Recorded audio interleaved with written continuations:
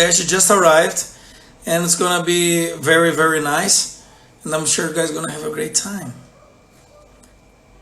View, and here we are.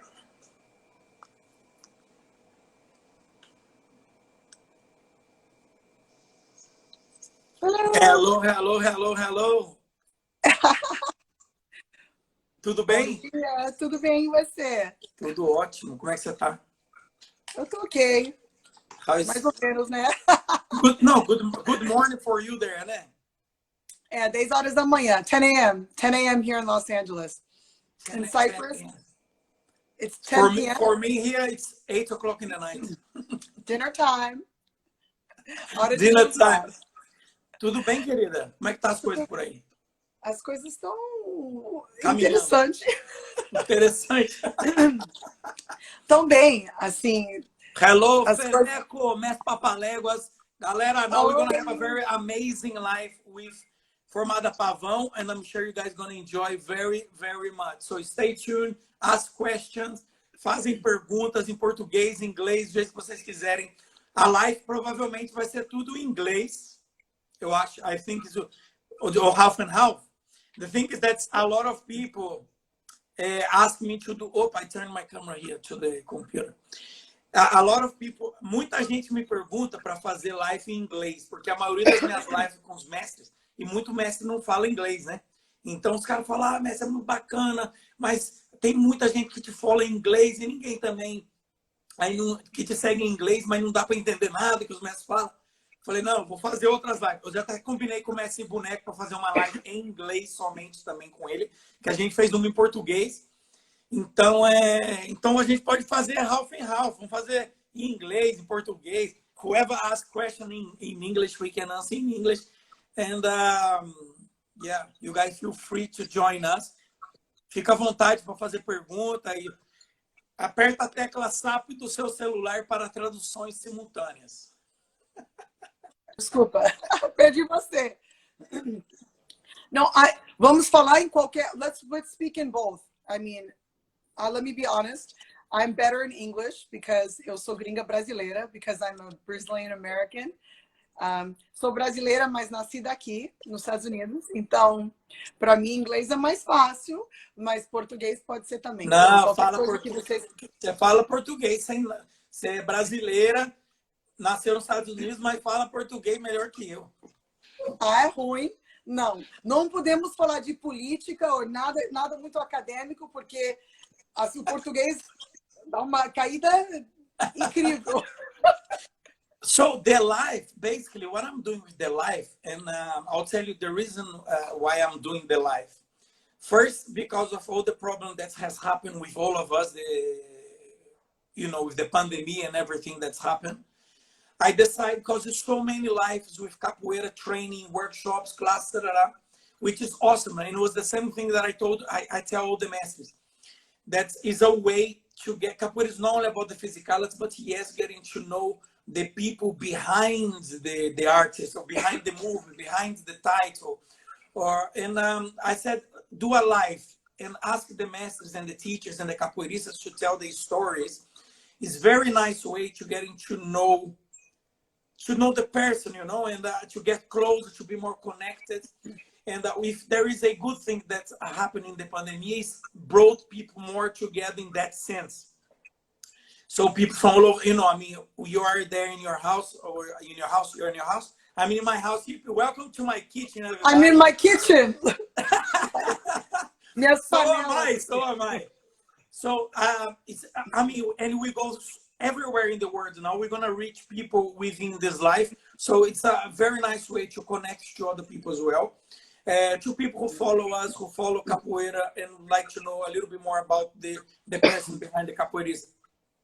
Qual a maior dificuldade? Já tem gente perguntando. So, guys, ask the question, pergunta quantas coisas vocês quiserem que a gente vai responder aqui. A gente não, a Pavão vai responder.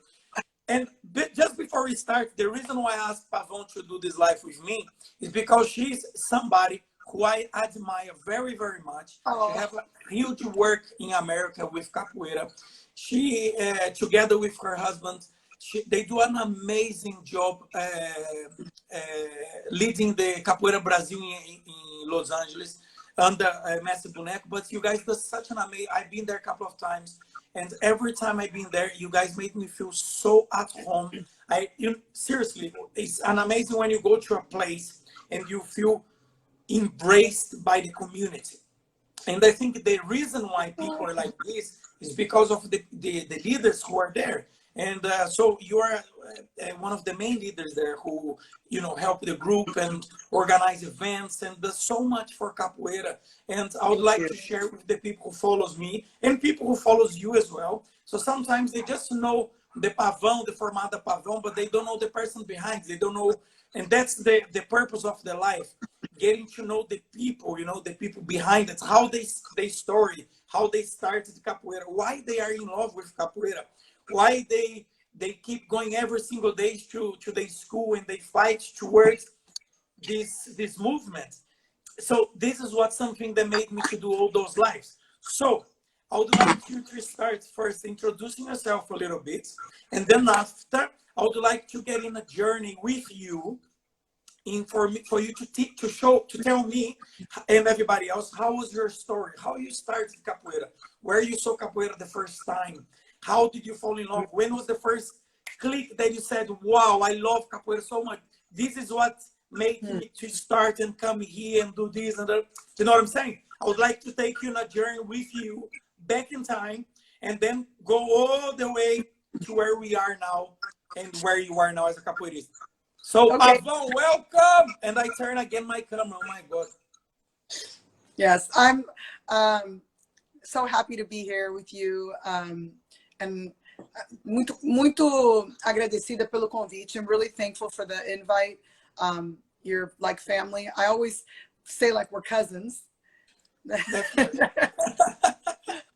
I think we look like cousins. I don't know. Yeah. Parece primos, né?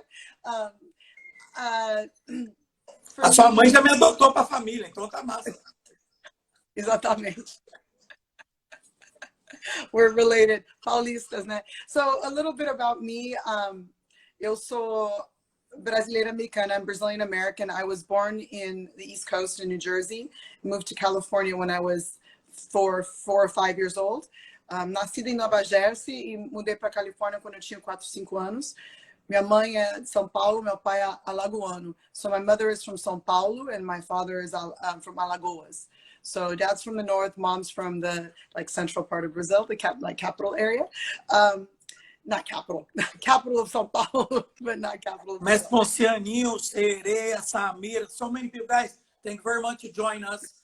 We are doing a live with Formada Pavão. Sit back, get your coffee, and enjoy the story. Where's my coffee? Let me get my coffee. Hold on. Get your coffee. Fala, meu mano, Ponciano. É nóis. Okay. Então, ok, primeira pergunta. O que era? Aonde a primeira vez que eu vi Capoeira? Where was the first place I saw Capoeira? So, okay. When was the first time, né? The first time you seen Capoeira, like you never done Capoeira before, how old were you? When the first time you saw Capoeira, you thought, wow, what is this? How Capoeira came in your life? Okay, so a primeira vez que eu vi Capoeira, the first time I saw Capoeira, I think was in the show Oba Oba. I think it was in the touring show, no show que o espetáculo Oba Oba. Did you see the show live? I did.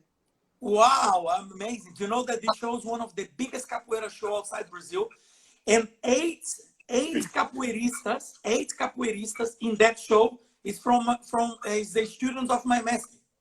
Oh really? Oh yes. Wow! That's amazing. 8 capoeiristas from that show was the students of Mestre Antônio. What? Small world. Yes, I was a little girl. I don't know my age. I'd have to look to see when. Eu precisava ver quando que foi que o Oba estava passando pela área de Los Angeles. I want to say I was like maybe 8, maybe. All right. Okay. I don't know, talvez. But 8, I didn't. 9. Yeah, mas não tinha capoeira na minha área. Okay. There was no capoeira in my area. We lived in the northeast part of Los Angeles, and you know, I would dance, and I did theater, and I did other things. Eu dançava, eu fazia teatro, mas não tinha capoeira na minha área. So it wasn't until I was older, and I was in college. So when I was in college is when I started training capoeira. And I'll tell you, it was always in the back of my mind. Like, I love to move, I love to dance, I did all kinds of dance, but I didn't find capoeira as a like a passion until I was in college, because that's when I had access. Eu não consegui, eu não achei capoeira assim, não me apaixonei pela capoeira até que eu estava na faculdade, porque eu não tinha acesso, né?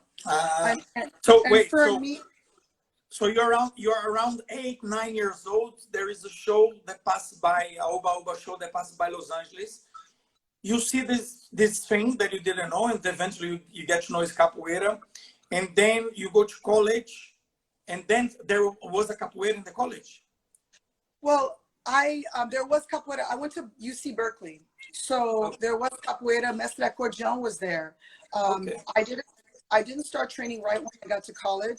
I only started training when I moved onto a street that had an African art center called Alice Art Center. Now it's called the Malunga Castelord. It was named after a Congolese dancer that passed away. So I didn't start training till I moved onto that street. And what happened when I went to college, quando eu fui para a faculdade, eu quis conectar mais com a minha cultura. I wanted to connect more with my culture. Eu não tinha muitos primos na idade, eu não tinha amigos brasileiros, eu convivia com latino, negro, americano, pessoas de todos. I was friends with all different diverse groups, but I didn't have Brazilian friends my age. There was very few Brazilians in my area. So when I went to college, I really wanted to learn more. I wanted to read more. I wanted to study my Portuguese. And so I also wanted to keep dancing. And on my street was this art center, this African art center. And I took a kickboxing class taught by Carlos Aceituno. He was the first, I believe, the first non-Brazilian mestre in the United States. He was graduated by Mestre Preguiça. And I started training with Carlos. So he taught kickboxing, and the next day he taught capoeira. And kickboxing was cool, but I was like, I want to find my roots. And exactly. Then I took capoeira, and then I would train 5-6 hours a day. And this was when how old were you there? 21. Oh, all right. So it took a little while since you saw that show for the first time when you were 8, 9-year-old. Yeah, I started capoeira.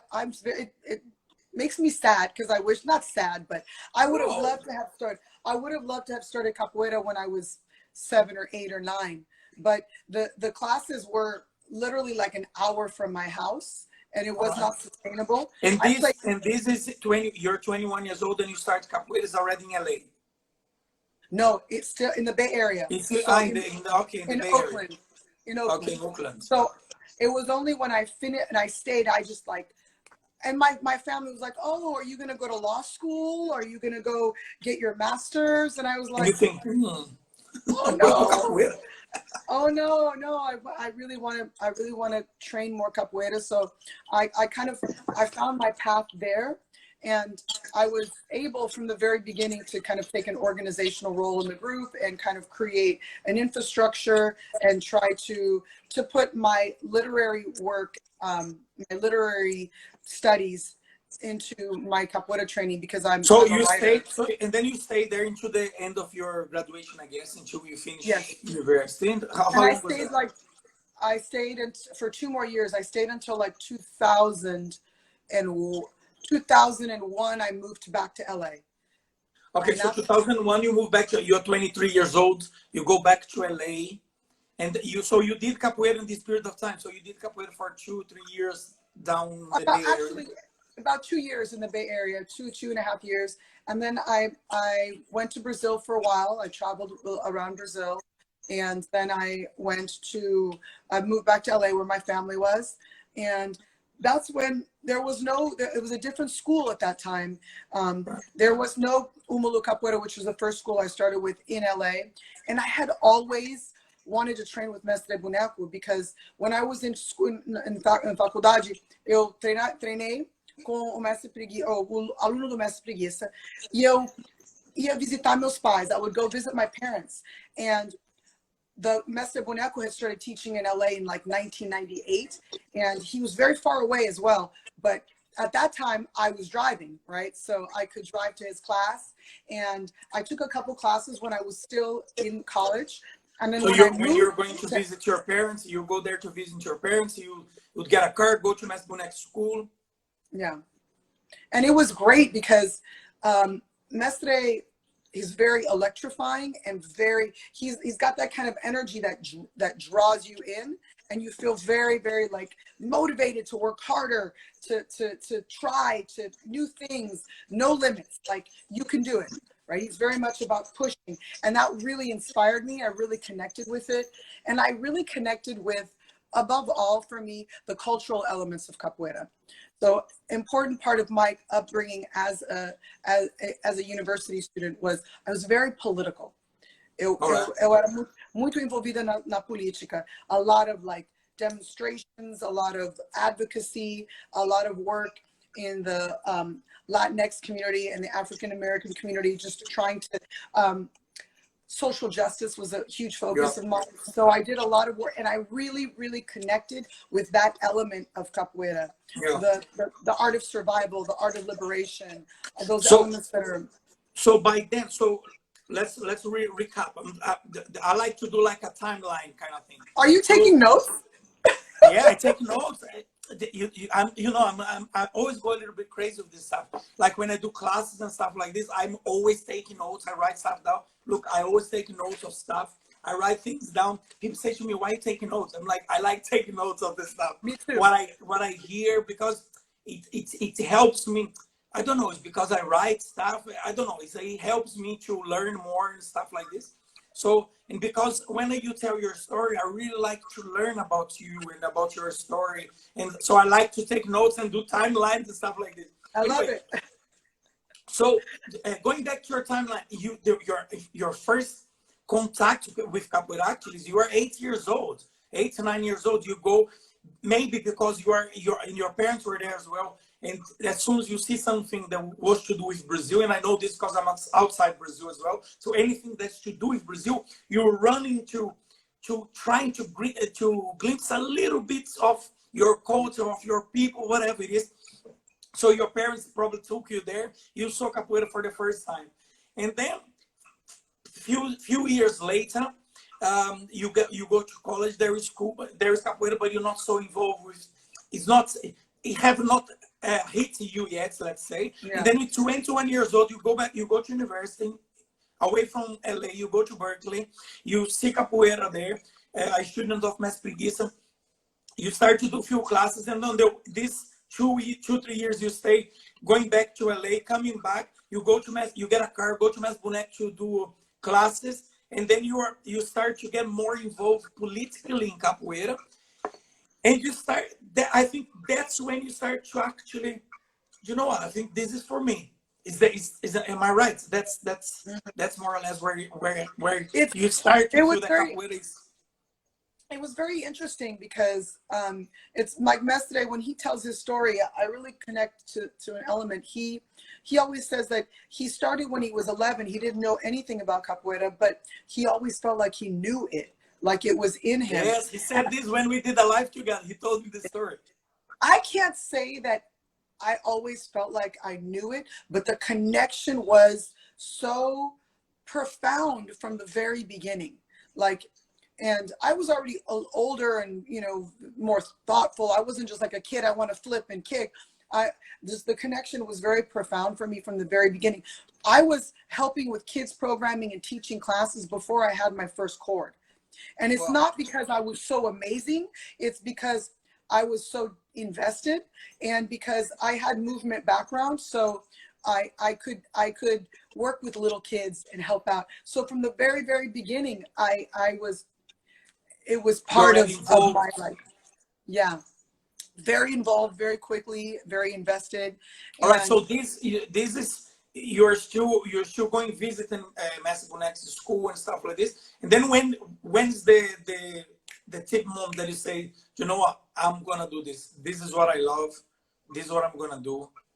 Well, I returned home and I was kind of working some little jobs here and there, and it was a difficult decision. I'm not going to lie, because I had studied a lot. There's expectation for me and my family to go a certain path. It was really difficult for my family to accept that I was going to invest so much time in capoeira. It was very, very difficult because they wanted me to continue my studies, which I totally understand.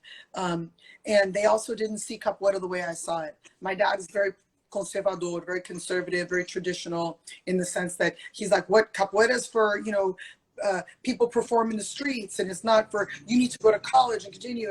And now, of course, he has a completely different perspective. He's like, oh, look at my daughter. But it's the old Brazilian ways of thinking, because when I did capoeira myself as well, people are thinking, what are you gonna do for a job? I'm like, I'm a capoeira. No. What are you gonna work with? I'm like, capoeira. What else? You know what I mean? Because as a capoeira teacher, you know, you're fitness, arts, you're a therapist, you're a community leader, you're a mentor, you're a writer, you're a singer, you're a musician, you're an actor, you know, you're an administrator. So there's so many things that you do. Guys, there's a lot of people there. Thank you very much for joining us. Leave your message, leave your question, whatever you guys would like to ask to Formada Pavão. It's going to be a pleasure to answer, and nice. See, carry on. So just, you know, it was difficult. So I guess the moment that it really clicked for me was when I decided to make the transition to be officially Mestre Boneco student, because I was really invested in the art, but then I found a leader that helped me take it to another level, that inspired me in a way that I felt I could live to my potential. And that's something that, it means something different for everyone. You know, you connect. So you don't, honestly, people have this misunderstanding. I think it's wonderful to do amazing. We all want to be badass capoeiristas. Todos nós querem ser o cara, a mulher, assim, malhadão, jogando, saltando, cantando, tocando. All those things are fundamental. But there's so much of connecting with the teacher that has to do with the person themselves. How are they as leaders? How are they as communicators? How are they as actually passing the art of capoeira? Not just that they're... Valeu, axé. Sorry, Pavão. Axé, Mescalango, meu querido. Alan Quilombo. Eita, galera aqui, muito é nóis. Sejam bem-vindos, gente. Hello, everyone. Is in this time that you go and you become Mestre Boneco student? Yes. Yes. So which and year? That's in, like, I want to say 2001, maybe. 2001. All right. 2001, 2002 is when, 2002 maybe when I make 2001. 2001. All right. Cool. And you start, and the academy is where it is today, or was another place, right? No, it was a small place. Not small, but it was something that we rented from someone else. And then in 2002, we moved to the place. In 2003, we moved to the place where you know now, our academy. Yeah. So we've been there for a long time.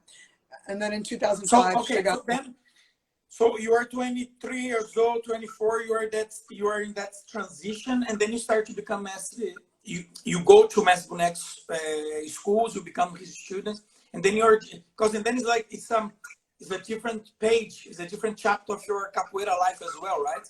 Then you start your journey there with capoeira, and then within that new journey, when you click that you think I'm taking the lead, I'm full on here 100%. There was a moment that clicked for you that you said, you know what, this is, because then you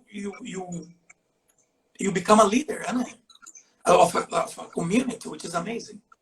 It's so about around 2004 is when I'm really working hard in the group and kind of trying to build an infrastructure with Mestre Boneco to create Capoeira Brazil Los Angeles. I mean, he's the founder. He did, you know, does everything. And then you always need your right-hand people. And it was that moment that I really started to invest more and more time and energy. I was still working, doing other things. I wasn't 100% capoeirista.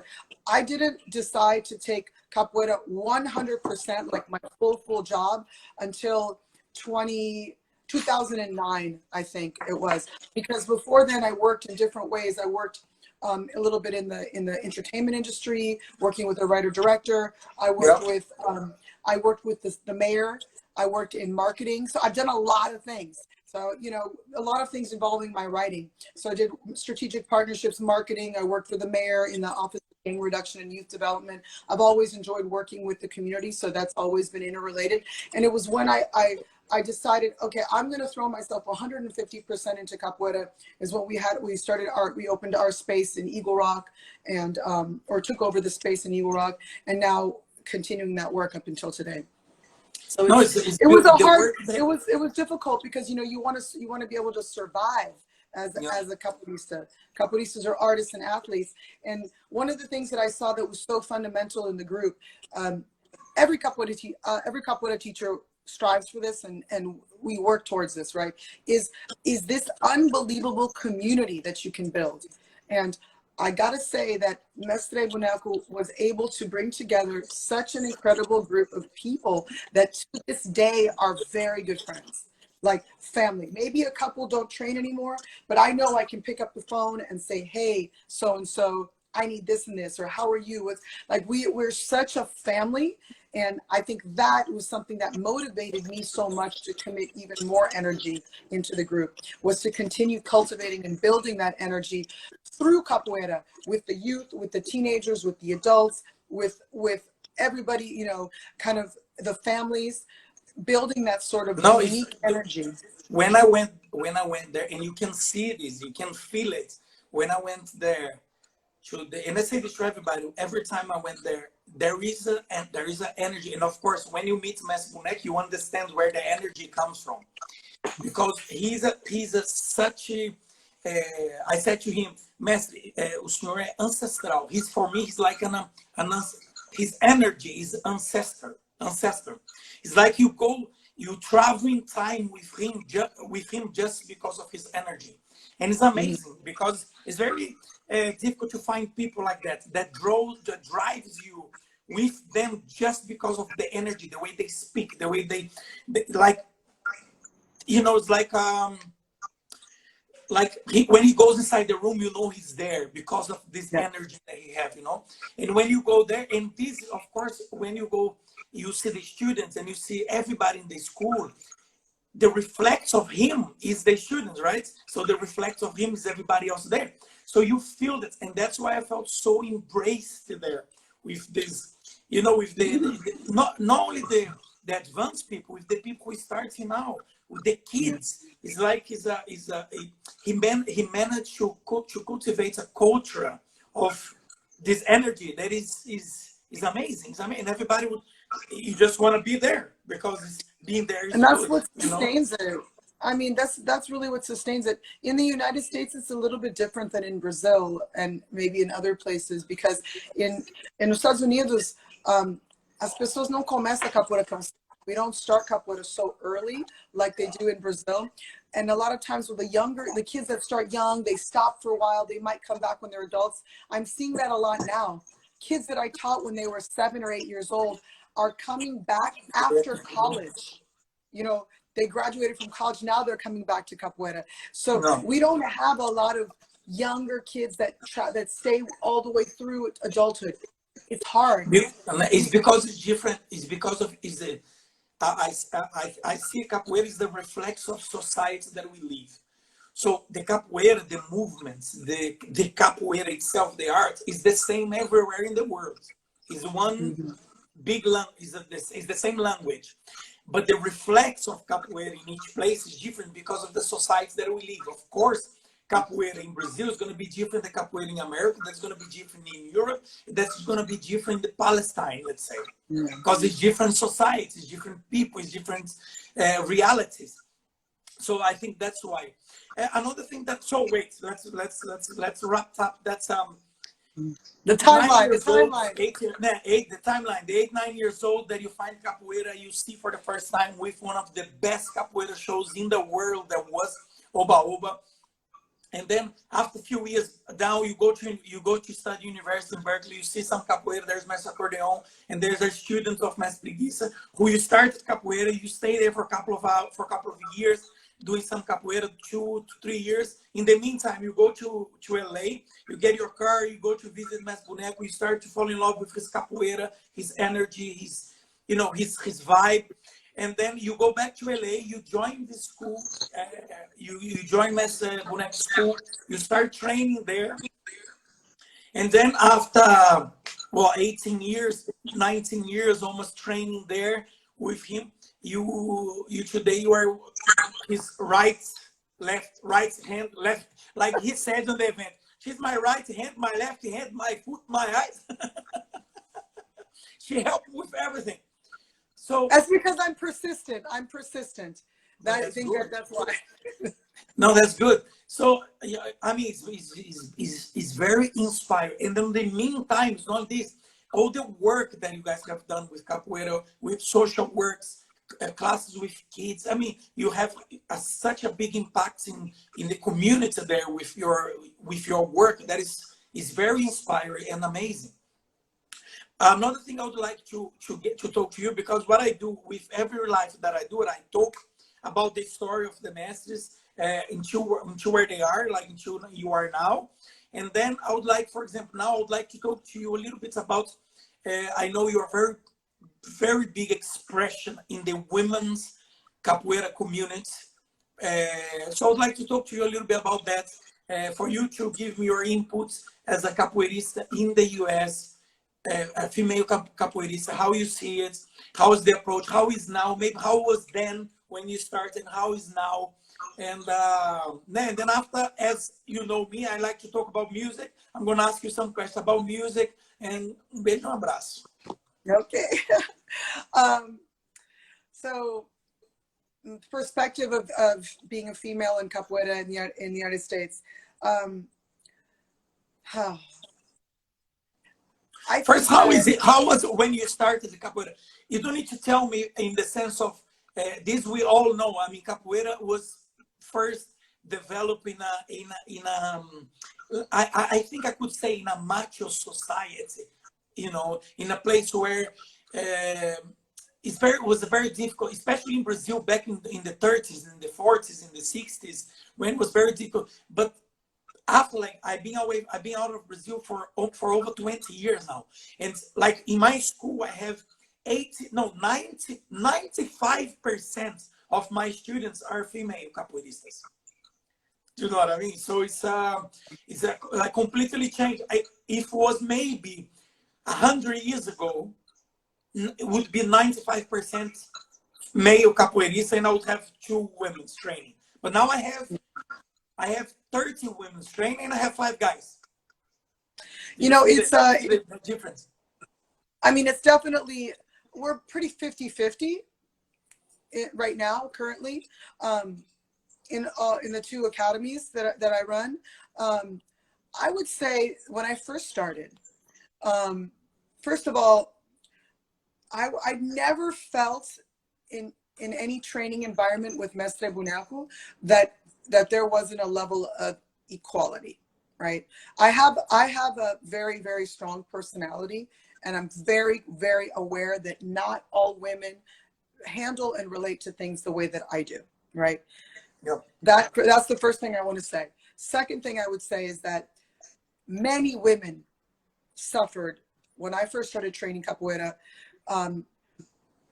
both with harassment and with this, like being kind of pushed aside.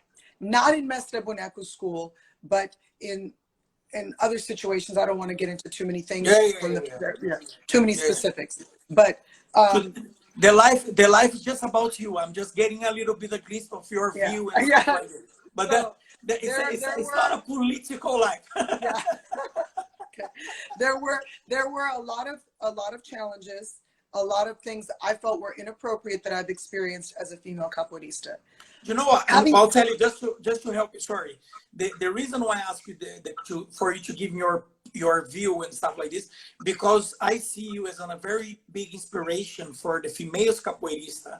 That's you're not just a capoeirista who's somebody who play capoeira. You are that's, like I said in the beginning, a leader in a movement that a lot of female capoeiristas look up to you, to how to impose and how to speak and how to behave as a capoeirista. And that's why I ask for you to have to give me your point of view within that. You know what I mean? Thank you. And so basically I had some very negative experiences, and I had some very, very positive experiences. The way I handle the negative experiences is because my personality is strong, and I've always been like, no, that's not okay, and that's a no, and that's a no, and this has to be this way. I don't care. I don't care because the reality of it is we are all human beings. We're all equal. Of course, in Capoeira Roda, in a Capoeira Academy, we have hierarchy. We have the necessity to understand roots, respect, discipline. All those things are fundamental, or we lose, right? But this have nothing to do with respect. If there is no respect, exactly, there's nothing. There's nothing. And growing up in capoeira, I had some great examples in the Roda, like Mestre Magali, Mestre Joe, and then the people a little bit farther off, Mestre Sueli. There are a lot of different people that influenced me. Formada Colibri, Contra Mestre Tigresa, Professora Sarará, Contra Mestre Cocada. A lot of people that came up together really, really inspired me. And we had a strong cohort of women that was just like, you know what, F this, we can handle this. Having said that, not all women have that sort of ability to, and I understand. So it's important for people coming up behind us to see a reflection of someone that can handle situations. You know what I mean? Very good. So I always felt like a lot of political stuff has happened with the Me Too movement, and now with very, very necessary Black Lives Matter movement, very necessary. Even in capoeira, we have to talk about that, Mr. Casquinha, because there is racism in capoeira, and we cannot ignore that, right? There is, and so I was saying exactly. So that's thank you very much for your inputs on that. I think that's awesome, and because people do look up to you, and I think women, female capoeiristas, they look up to you guys. It's important to have a voice and to listen and be able to stick up for themselves when they have to, regardless, mestres, capoeira, whatever. First, I think the first thing is respect. What is wrong is what was wrong. It doesn't become right. No, what is wrong is wrong. What is right. That's it. For me, it's like this. If there is no respect, there is nothing in this world. Now I've always tried to lead by example, in the sense that I've always tried to show. I have squat down at the foot of a beating bow, and the man that I was going to play with got up and let someone else play. I mean, that kind of thing has happened. I've wanted to play a beating bow and been passed over to the dude those sorts of things have happened more than one time. And my response was like, oh, I'm so sorry. Guess what? I'm taking this beating bow.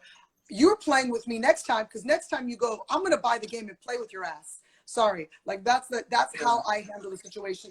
No, but this is what I'm saying. This is something that should never have happened and should never happen again. I mean, something that is not acceptable. And if there is a master, there is somebody there at the point that see things like this, you say, hey, stop.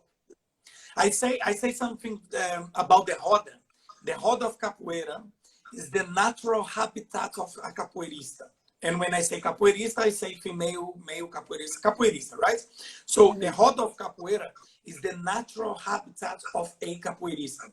When the capoeirista don't feel safe, secure, or confident to be there, everything should stop. We should restart.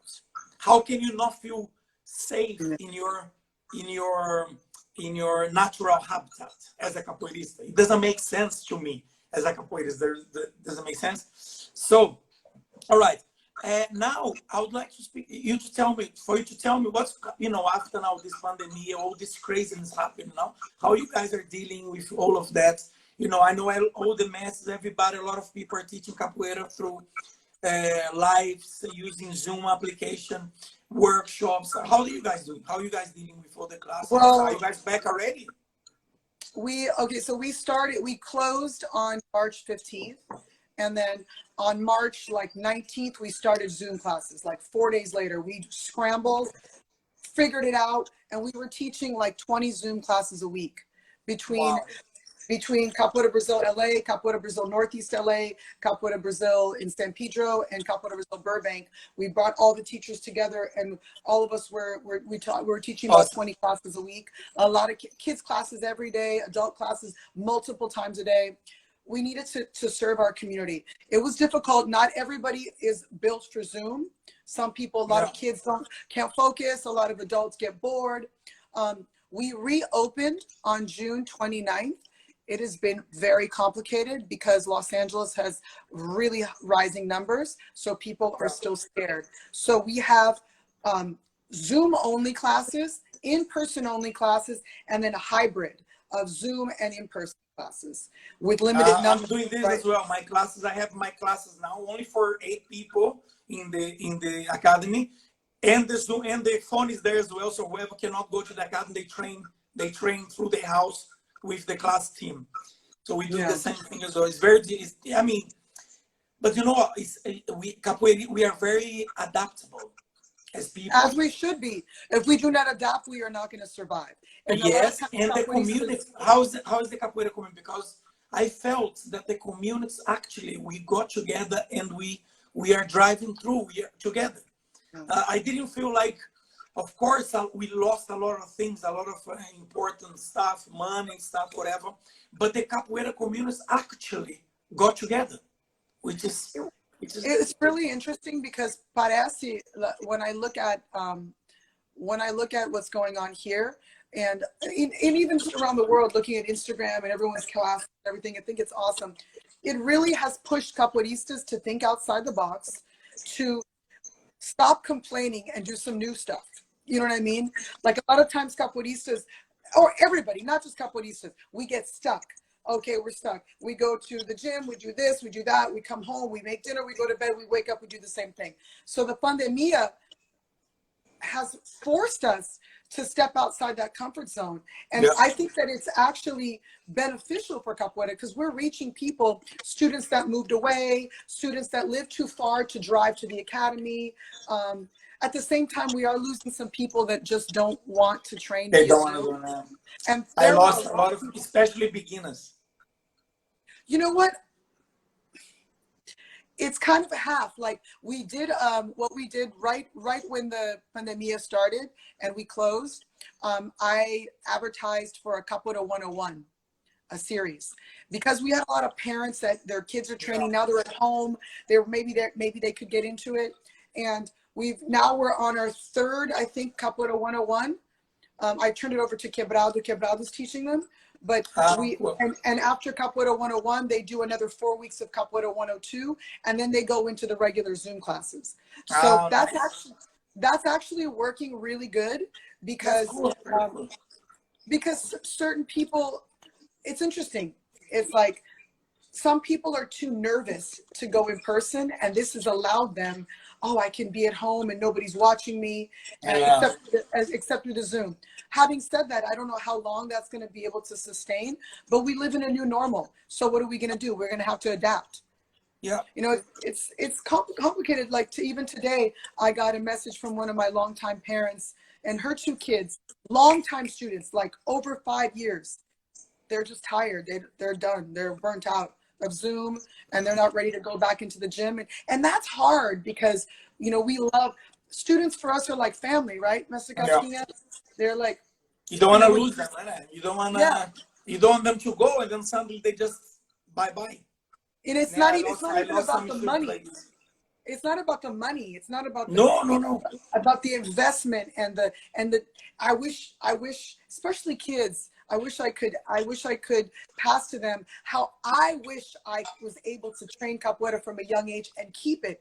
Oh my gosh, what kind of capoeirista would I be today if I had capoeira from the age of 9 up until my 40s? You know, it's more difficult for me because I started later in life. Certain things I'm not going to get to, but that's okay. You know, that's not what we're talking about. But, you know, the pandemia, COVID has really pushed us into this direction, and we are growing our mindset. Yeah, exactly. But if it doesn't challenge you, it doesn't change you, right? So Exactly. it's a challenge that everybody's facing together. And I think we are doing very well, very good, very good.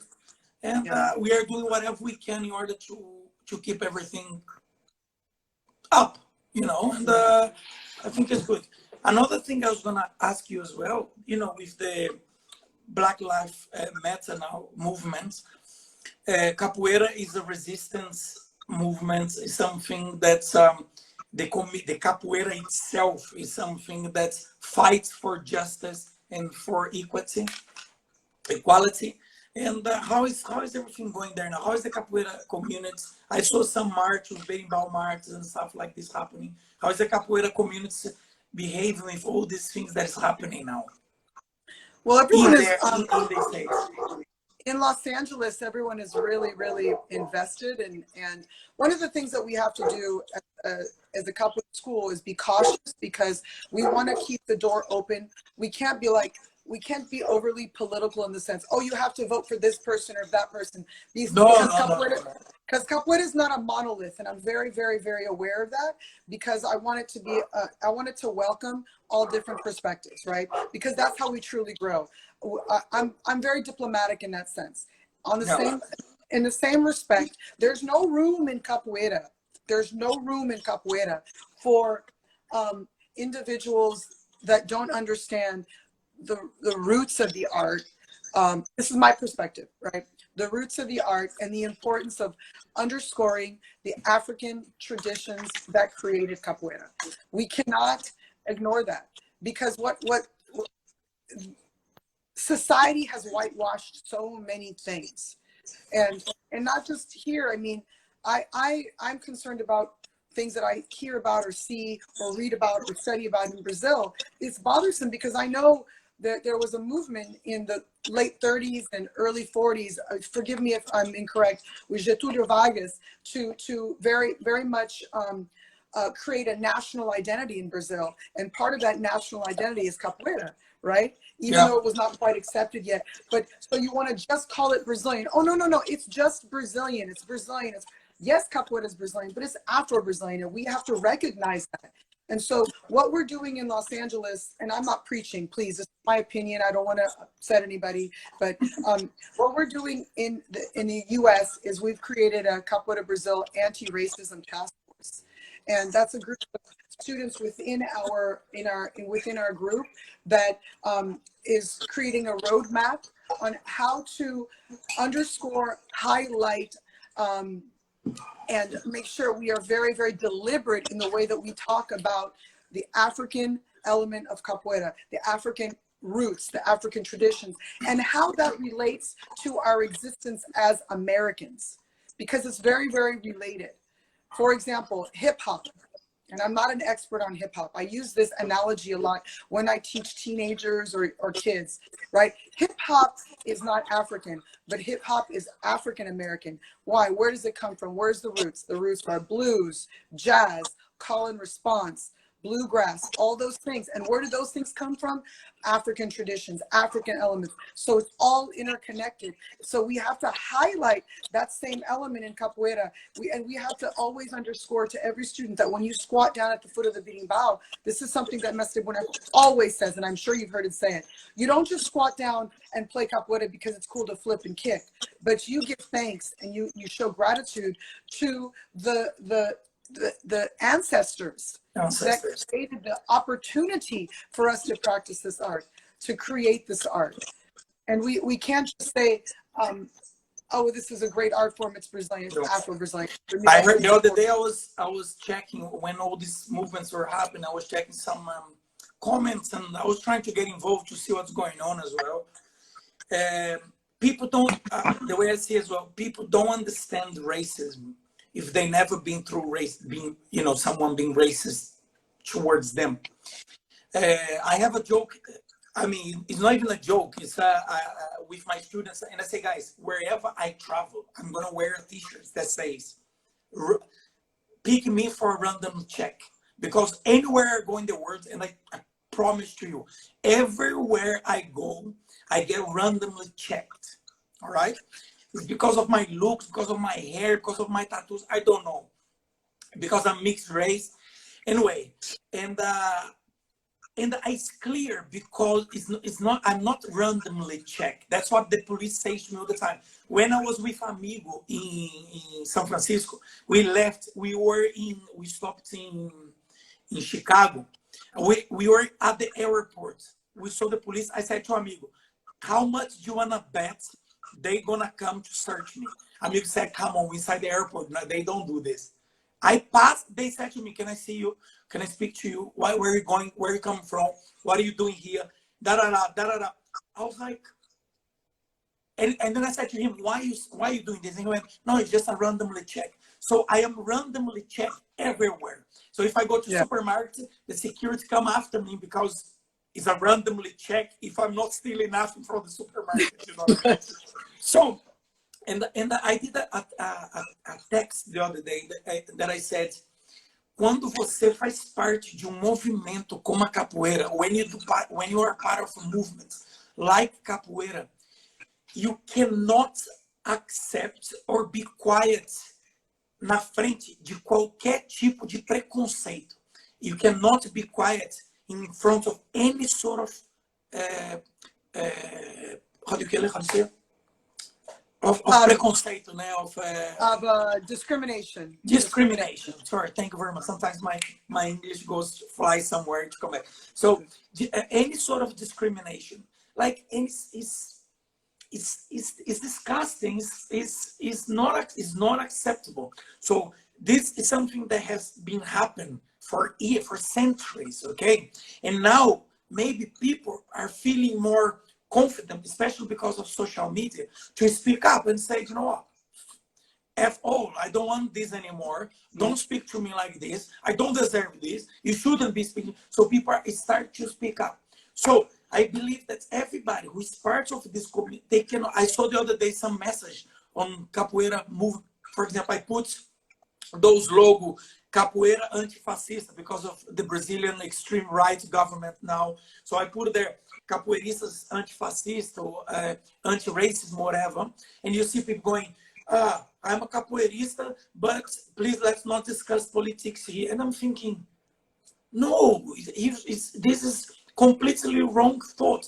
If you are capoeirista and you understand yourself as a capoeirista, I mean, 72, I think it was yesterday, I was saying something, 72% of the Brazilian population are Afro descendants.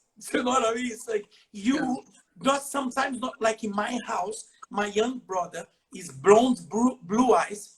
My old brother is Brazilian native Indian, very straight black hair, and me with hair. If I cut my hair starts to grow up like this. So we are all mixed race. You know what I mean? You cannot just close your eyes to all of this that's happening. You cannot. If you do, you don't understand what capoeira means. Well, you need to go back. Huh? You're living in denial, because the reality is, if people don't know, my husband is African American, and he, when we travel, like we've gone to Mexico various times to capoeira events, he is stopped. He get randomly checked. 6 times between leaving LA to getting to Hermosillo, Mexico. Like 3 times in the airport, 3 times crossing. I mean, it's crazy, and it's not random. It's just it's unconscious bias. They say it's random, but it's unconscious bias. And one of the things that we have to say, people always get mad at this term. Not people, some people. Black Lives Matter. What do you mean? All lives matter. There's a comedian that's really, really funny, Michael Che, and his stand-up a couple of years ago. He said, I'm not saying that Black Lives Matter only Black Lives Matter. I'm just saying Black Lives Matter. It's like asking your wife, "Oh, babe, do you love me?" And then your wife says, I love everybody. That wasn't the question.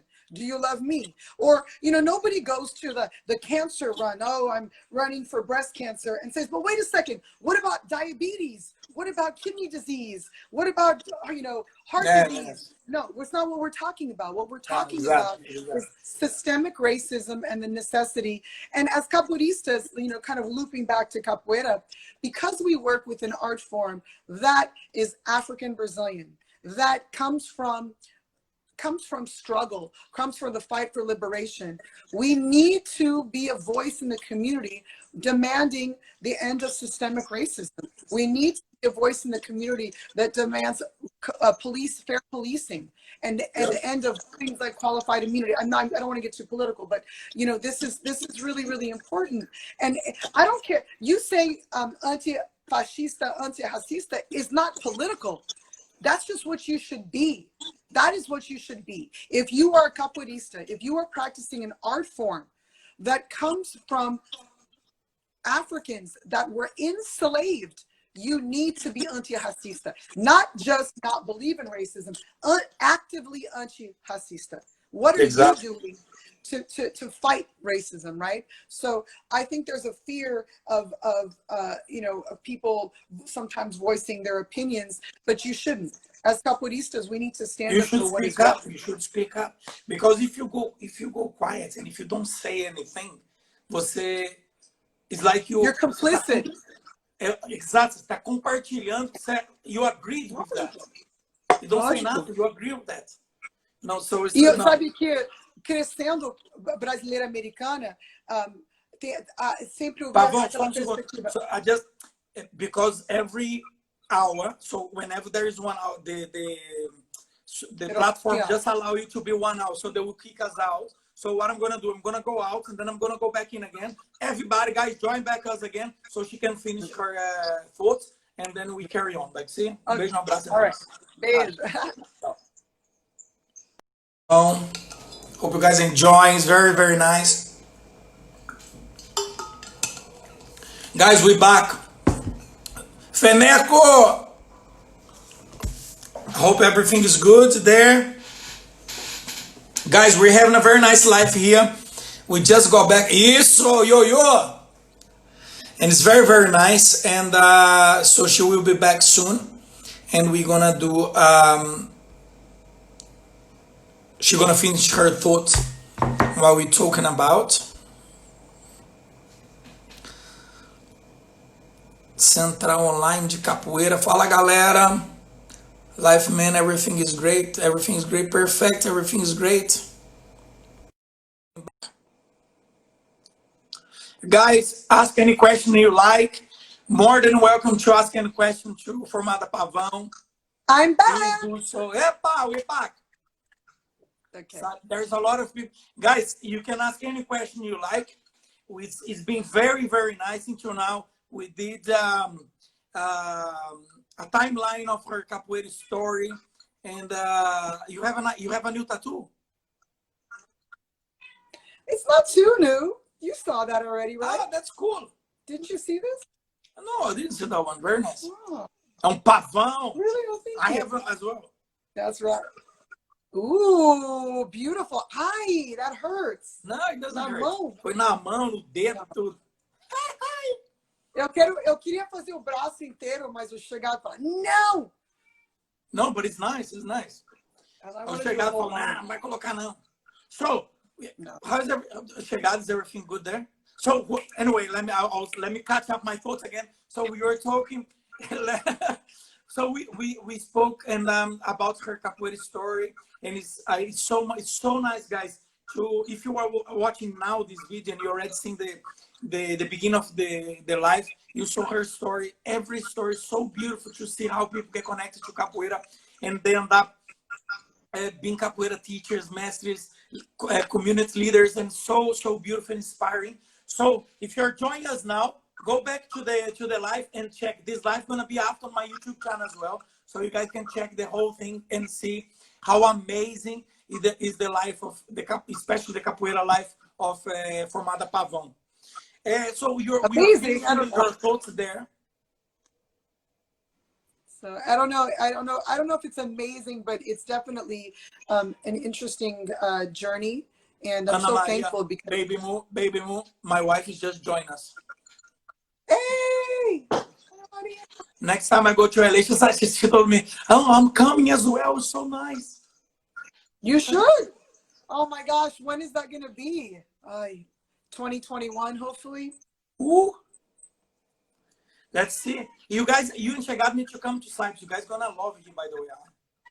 Yeah, I don't think anybody wants us to leave Los Angeles right now. I don't think we're allowed to. I think nobody gonna travel this year. I think this year's there you Done. go. Let's jump the chapter. When I saw a meme the other days when we sit down to speak to our grandchildren, they'll say, "So how was 2020?" You go, "2000 what? Was 2000? Was 2000 didn't exist."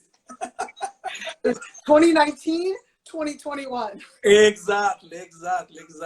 So you're finishing your thoughts about for us who are capoeiristas and living. My wife, what a beautiful woman. Huh? See? Oh, thank you. You too, Ana Maria. You're gorgeous. So now we're talking about when we are part of the capoeira community, we cannot close our eyes for the injustice, for prejudice, discrimination, any form of sort of discrimination around. You cannot, if you close your eyes, se você fecha os olhos para isso, você compartilha com o mesmo. Então, não pode. You need to speak up. Boa tarde, nós queremos um abraço forte. Você da família, você deu grande. Valeu, meu parceiro. Um abraço para nós. Tamo junto. Abraços. Agora, so yeah, I feel very do you want to close your thoughts on that so we can change subject? Sure. I mean, I think, do you see a difference between capoeira? Someone's asking about capoeira in Europe and in Brazil. That might be a question for you. Did she see difference between capoeira in Europe and US about style or philosophy? This is a very nice question. Yes. Was Yo-Yo. Fala, Yo-Yo, meu querido. I think first, just to finish off the idea of let's finish up and then you can ask. Look, everyone's going to handle situations in different ways. And I did publicly criticize a female capoeirista that used very, very inappropriate language when the protest began. And she called the protesters chimpanzees, and she's a professora of capoeira. And if you know anything about history, obviously you're completely out of touch. Using any sort of simian, any sort of monkey, chimpanzee, gorilla comparison is absolutely, I don't care what language you speak, unacceptable. Because this is a historically used trope that we have to avoid. So I posted about that. That was right when everything started. And I think I saw something like this. It was like 500 comments, the arguments, and I'm not comfortable with piling on people. I don't like to. I'm going to say my piece. I'm going to try to as best to educate. Some people criticize saying not that we shouldn't do that, but at this point, I don't know about in Brazil, but I know the Black community here in the United States, they're just tired of constantly having to explain things. No, it's not right to say that. So as capoeiristas, we need to minimize these mistakes, create a space where equality is not even a question, right? Not even a question. And that discipline, respect transmits not just in the Roda, but out into the outside world. So that's kind of where and anti-systemic racism is part and parcel of that. So the capoeiristas need to be part of that struggle, part of that mission, because it's part of who we are as an art form. Bottom line, that's it. Capoeira, different. How is it different in Europe and the USA? I think you'd probably better to answer that. I think in Europe, and I'm going to be honest, I feel like there's a little bit more. It's probably getting better here in the United States, but people are very much more acceptable about things that come from other countries. They're very open about culture and arts. And I don't know if they were as open in the United States, and now it's getting better. But I think that would be the way that capoeira was accepted or practiced or people participated. I don't know if the United States was along the same line. I feel like Europeans are very, very committed to arts and theater and music and dance, and Americans are very committed to sports. And there's a whole community of artists that are very committed to art, but not as much as you saw in Europe. But I think we're kind of catching up now. So that's my perspective there. It's okay. Hi, galera. Quem mais mandou mensagem aqui? Ô, mestre. Oi, Maré. Fala a tchá-tchá da família. Um abraço aí pra galera do Ceará. A Maré, ele é Maré. A Maré aí de LA, do Mojubá. Oi, Maré. O Feneco, how's about Asia? How about Asia? I mean, I've been to China a couple of times. I'm sure you've toured in Asia. It's just different. In Asia, there's so much possibility and so much people. It's just difficult because, at least in China, where I've been, movement culture is a little bit different. People are very focused on work and work and work and work. So working out in physical fitness and arts and culture is just catching up now. They're kind of behind, I think, a little bit, because it's very much about being successful, making money, and I mean, I'm generalizing. So when I went to Asia a couple of times. I went to Singapore. No, Singapore, no, where did I go? Indonesia. I went to Indonesia, Jakarta, Surabaya, and that was amazing because I felt a little bit like Brazil as well. They're very warm people and they want so much to do, and there was so many capoeiristas and they trained so hard. It was very nice. Also, I went to Japan, and in Japan was a little bit in Japan everything was very intense. So if they train, they will train until they die. If they go party, they will party until they die. If they go to work, they work until they die. I mean, it was so intense, everything. I mean, we went to a sake ceremony. After the event, we were like 35 people. We drank like 300 bottles of sake. So everything is very intense. But you go to train. The train can be 15 hours. They will do 15 hours. Boom, boom, boom, boom, boom. No rest. It was amazing. It was very intense. But it was. I don't think China is not like that. China, in my experience, is not like that. I haven't been to Indonesia. I know Mestre has a very big work there, and they're so unbelievably talented in Indonesia. And they're musically very talented, and capoeirista very talented. When I was in Indonesia, I was wow, amazing capoeiristas there as well. I like too much. And I think in China is where the only experience I really have is China, and I think it's adjusting now. They're becoming a little bit more invested, but you know, with this pandemic, everything's kind of come to a halt. I never been to China. Hello guys, I never been to China. Aí nós aqui já fazendo a propaganda. So it's very, very, very, very, very nice. So Feneco, Asia é nós, pai. It's very, very amazing. What else?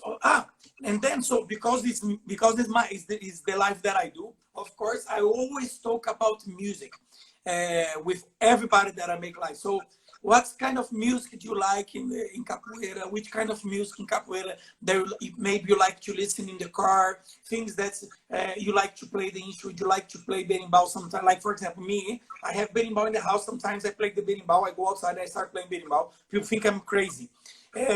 Sometimes when I write music, I get pandeiro, I get this. I'm constantly involved around the music, but this is because I am like this, right?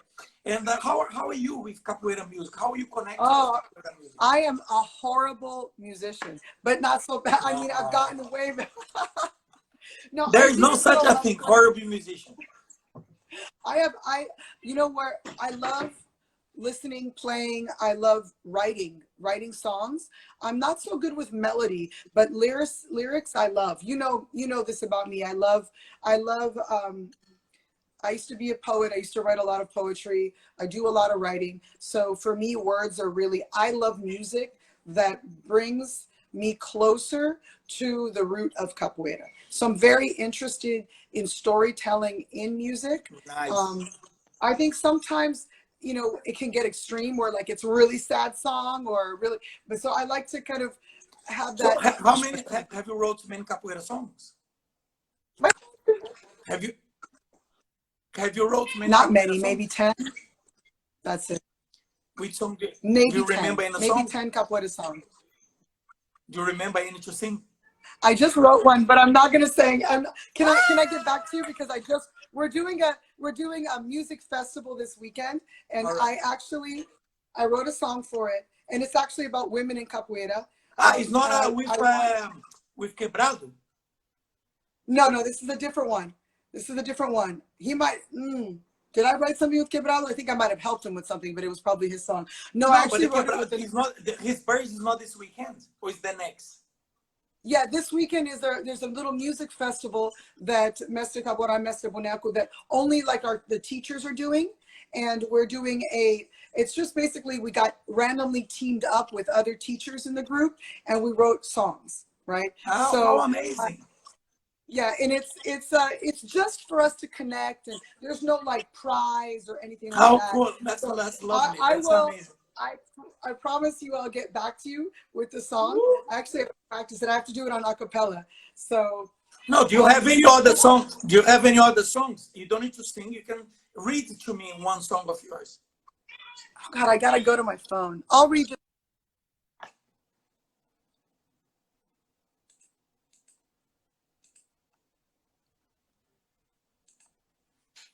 Guys, segura aí que ela tá procurando uma música ali, né? Já vamos ver o que é agora. No worries, no worries. So I can read it to you. Okay, It's on my phone. Festa, one tip. I haven't wrote my song yet. Any tip? Festa, I spoke to you in San Francisco about you should go there and write your story. Write your music. It's gonna be awesome, amazing. Put your heart in it. Okay. Now I remember. I looked at my notes. Okay, so all right. The chorus it goes. You gonna sing? I'm gonna sing it. I'm not very good. Let me see if I can get my pandeiro. Hold on.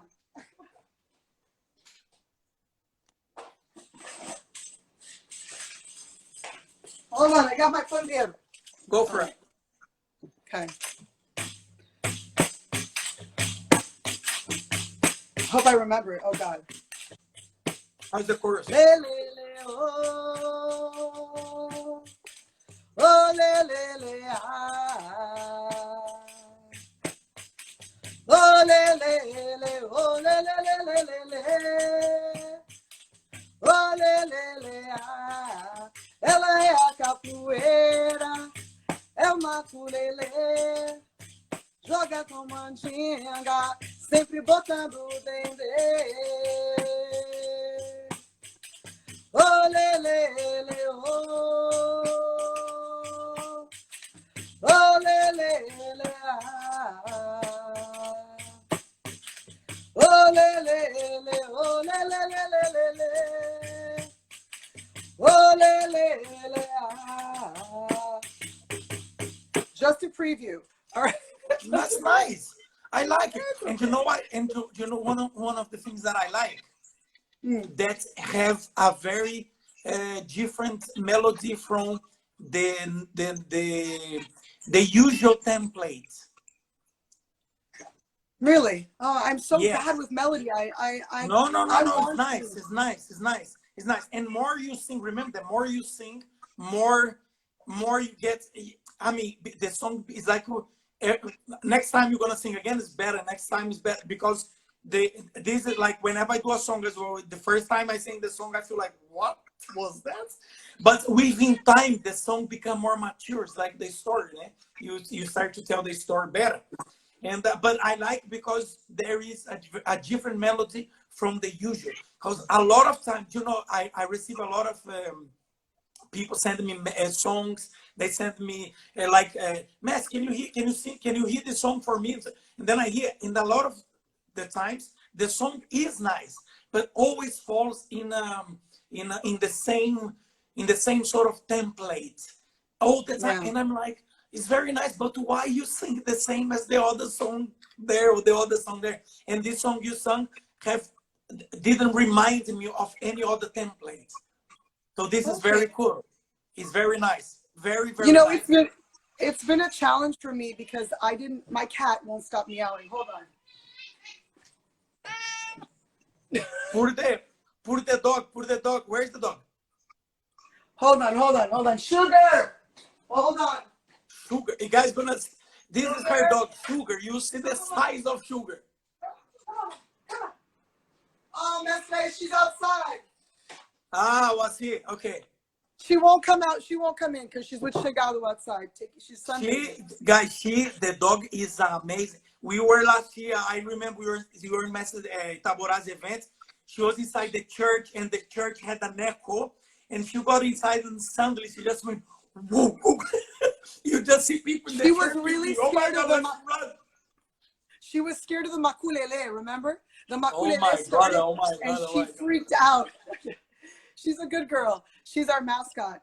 But okay, so for me, music, I say that it's almost like a disclaimer. I say I'm really, really bad at music because I didn't grow up playing instruments. So for me, the birimbau, atabaque, pandeiro was a challenge, right? And even singing, oh, I don't have a good voice, but you know, I try to sing with my heart, so it makes up for it. You know what I mean? This is what counts. When you sing with your heart and you sing something that you love and you're passionate about, it doesn't matter in capoeira, because I don't have a good voice. I'm not a singer myself, but when you go to sing, when you put out there all your emotion and something that you deeply wrote or something that really means to you, you know, every single word.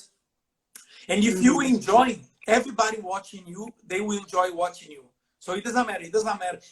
At least for me, in capoeira, you don't have to be the next Pavarotti, or it doesn't matter. It's about the feeling. It's about bring in your voice, you know, what you're telling. If it's a sad story, bring that pain with you. Bring that history, the story that you want to say. And then when you do that, people say, wow, that was awesome. That was amazing, actually. Yeah. You know? It's really about sharing that energy. And I think, especially as we get older in capoeira, like there's a lot of things that, you know, I'm older. I think that people think I'm younger, but I'm older in capoeira. And you can't, there's so many people that move well. There's so many people that are doing amazing things with their body, but there's not that many people that can grab a beating bow and motivate, lead, inspire a roda and drive that energy that pushes you to train and play at another level. And for me, that is the power of capoeira. That's why capoeira can sustain. If you're just moving and you don't invest in the music, you don't invest in connecting with the music, then you in essence are just a mover, which is fine. Okay, that's fine. But to be a capoeirista, you don't have to be an amazing musician, but you have to connect. You have to connect to that frequency that you hear Mestre Taborá talk about, right? That other frequency that drives the movement. I'll tell you honestly, if I'm in a roda and and the music is, you know, like, I don't feel inspired to play. I don't feel inspired to show my best. It's almost like if the music is amazing, I could be exhausted, hurt, tired, whatever. I will jump in and I'll play with my heart, and that makes a huge difference for me personally. I think that connection, also because it's ancestral, right? Yeah. A música te bota no outro, you're on another level, another realm when you're connected, you're tuned in, you're plugged into that music. It's almost like you can feel things differently. Your movements expressed in a different way. So I'll send you all the lyrics to this song because I would love to. I would love to hear. I'd love to hear. There is some moments in capoeira for sure. I can tell you, for example, on a Friday, I'm gonna give you the message. Taborá said to me one time before I went to LA, to you guys there. Before I went there, when I was still in his event, he told me, "You're gonna go to Mestre Bonec's event there in LA on Friday night." He put a little light, and then there is this energy, and no joke. For moments like those, like for a fraction of seconds, you feel those moments because there is no movements. There is music only. There is a little fraction of seconds there that you feel like, this is the reason why I do capoeira. Do you know what I'm saying? Yeah. The only music can touch you in that feeling of, this is the reason why I am here. This is the reason why I do capoeira. Do you know what I mean? And this is music. It's priceless. And music brings us to a place where we can transcend. right?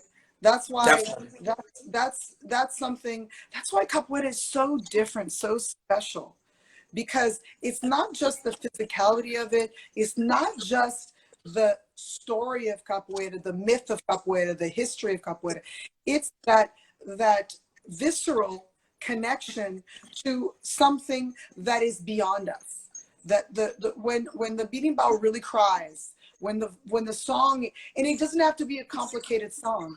It can be oi sim sim sim, No, oi exactly. hoje tem amanhã não. What it can be something so simple like that, but that takes you to a place that you never thought you could get to, right? And that drives you. So that's really hard when people are like, well, describe capoeira to me, explain, or why do you do capoeira? Shoot, I can't vocalize what that does to me in my heart.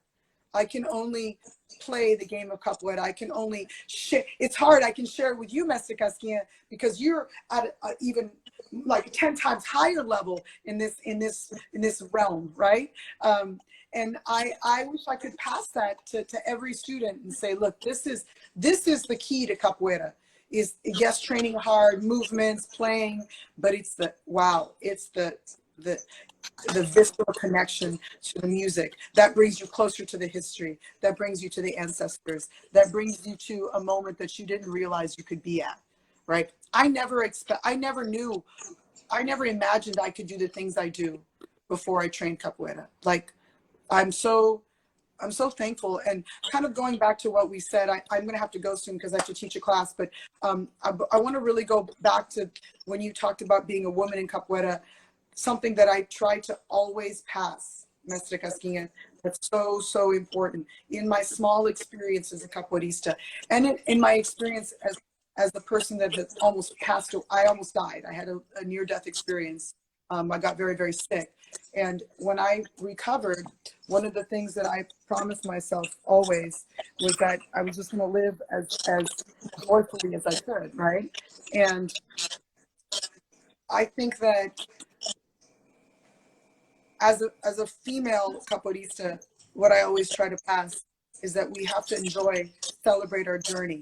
We need to celebrate, never compare ourselves to anyone else, because our journey is unique. What I give is different than what you give, different what the next person gives.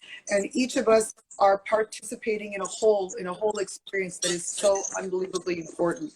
And if we all let go of this like constant competition with the next person, and enjoy the process and enjoy the journey, we will be stronger capoeiristas. We will be, better physically and mentally, and we will transcend to a level of maturity and of joy and of expression and of like energy that we never thought we could get to. So that's one thing I always try to pass, especially to the women, because women are so judgmental on.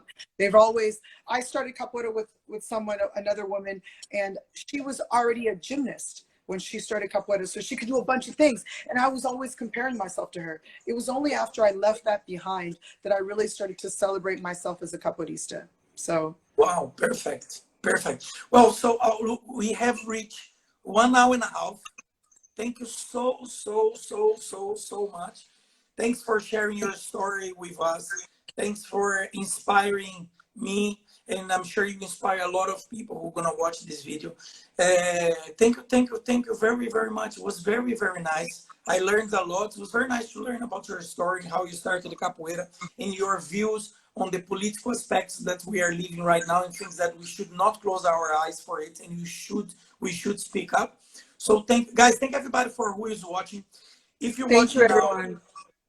please, if you are watching this and you are watching this on YouTube, if you go down to the description, you can follow Formada Pavão on her social media. It's gonna be there, the link for her social media, for Instagram, Facebook, YouTube channels. So go and check it out. Go and follow. Be connected. It's because it is about network and be together and connect, right?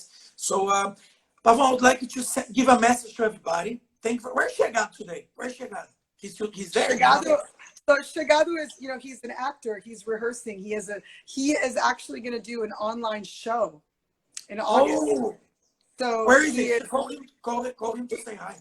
Okay, hold on one second.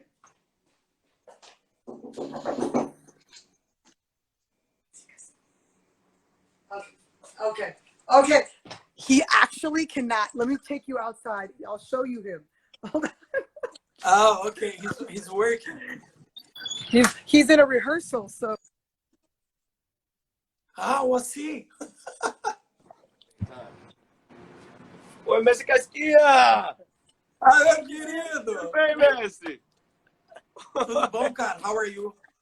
I'm Hope good. you're I'm good. good. Have a great rehearsal there. Have a good show. Have a good performance. Thank you, thank you. We have Have a good one, brother. a new show all starting right now, and All online. Isn't that crazy? Oh, there's Sugar. we'll have Where's Sugar? You see Sugar? Sugar.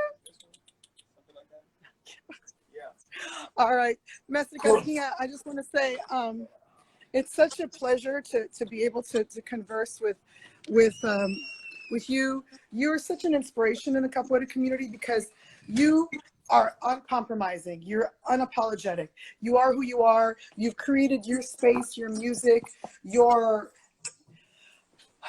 energy is singular. It's unique, and it's important that we have individuals that step outside the box and are constantly open to change and to develop.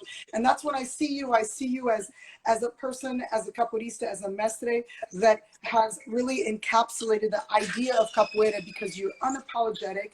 You hold the roots and the culture so dear. You never ever it's like you've got such a fabulous energy, and I really appreciate. Thank you very much. I really appreciate that. Thank you very much. I hold you guys dearly in my heart because you guys are amazing. You know, like I tell this to everybody. I felt like family when I went there, and you guys embraced me so much in your community, in your My hug. and was awesome. So send my love to everybody in LA, to all the capoeira communities, and I think I'm gonna see you guys on the Quebrado's birthday. He's doing I'll see something. you on I'm gonna Sunday. be there online. I'm gonna write something to say there as well. So so nice to speak to you. Send my love to everybody. Have a good class today, and thanks for the video. And I will see you soon. Yeah, I love you. See you Sunday. Thank you, everyone, for listening. Thank you, guys. Thank you very much, guys. Thank you so much, Pavão. Beijão. Beijão. Um abraço. Tchau. Tchau.